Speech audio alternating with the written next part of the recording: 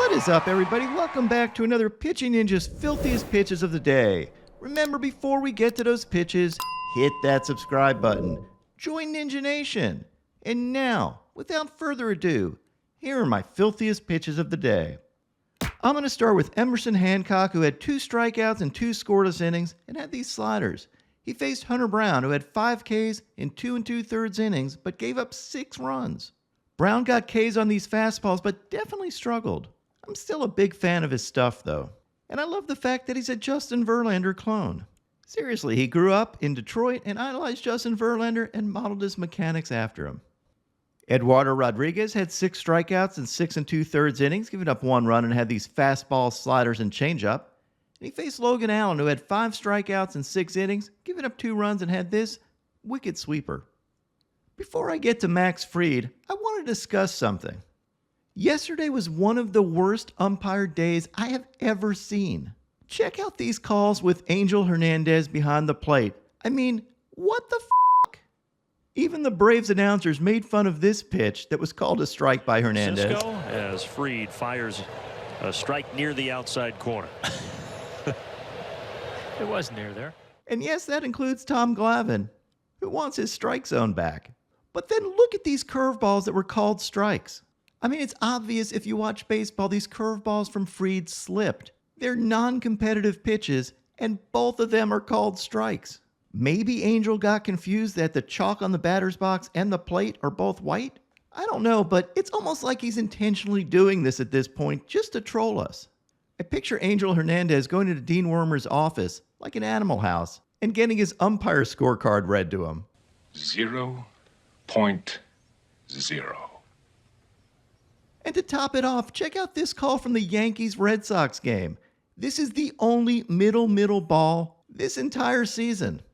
I mean, yes, there's some glove movement behind the plate, but when the hitter is halfway to the dugout and the catcher starts throwing the ball around, you can just assume that you missed the call. Just punch him out. Nobody's going to care.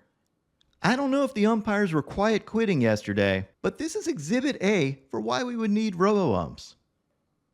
Okay, enough venting. On to Max Fried. He had 6 strikeouts in 5 2/3 innings, giving up 3 runs, and had these fastballs and curveballs, and got a KO on this curveball, and honestly, this should be an auto K. If you fall down on a strike at any point in your at-bat, the at-bat should be over. Let's just wave it off. Hyun Jin Ryu was great yesterday with 7 strikeouts in 5 innings, giving up no earned runs.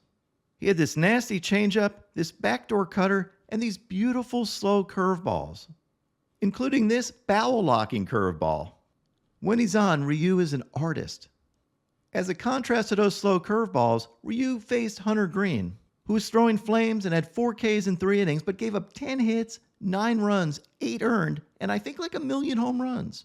I saw this tweet about me featuring pitchers that got absolutely shelled, and honestly, this is 100% right. But in fairness to me, I tweet these things as the game's going on, and you can have a great pitch and still have a crappy outing. And yes, Hunter Green is still going to be a stud. He's 24 and still has a ton of time to figure it out. A very smart dude.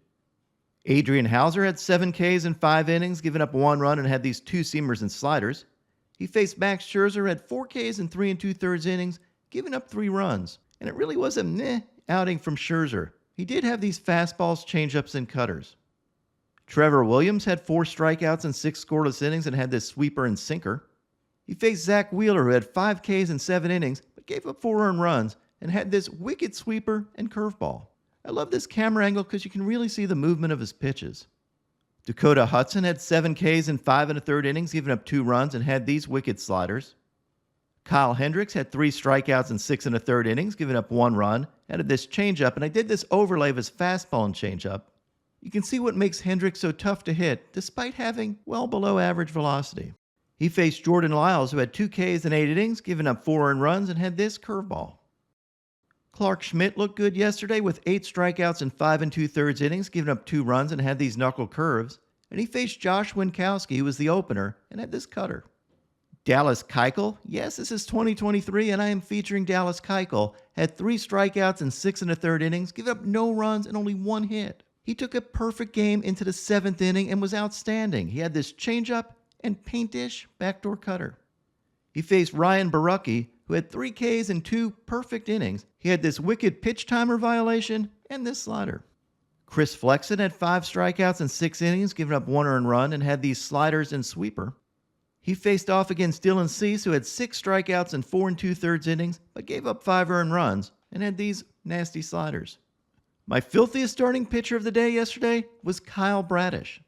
Bradish had 8 strikeouts in 6 innings, giving up 2 hits and no runs, and looked fantastic with these fastballs and disgusting sliders. With this outing, Bradish lowered his ERA this year to 3.03 and is now tied for the AL lead in ERA with Garrett Cole. Impressive stuff from Kyle Bradish. Now onto my filthiest relievers. Nick Pivetta had these fastballs, sliders, and sweepers. Camilo Doval had these heaters. Brian Abreu had this wicked slider. Kenley Jansen had this 2-seamer and cutter. Dowry Moretta had these ridiculous wrong way sliders. I am never going to take for granted that this guy throws a slider that actually runs arm side. This must break hitters' brains. And my filthiest reliever of the day yesterday was Jhoan Duran, who had these overpowering fastballs and vicious curveballs. I mean, look at that. And here's an overlay of a 102-mile-an-hour fastball and an 89-mile-an-hour curveball, and this just proves that hitting is impossible. Sick stuff from Duran.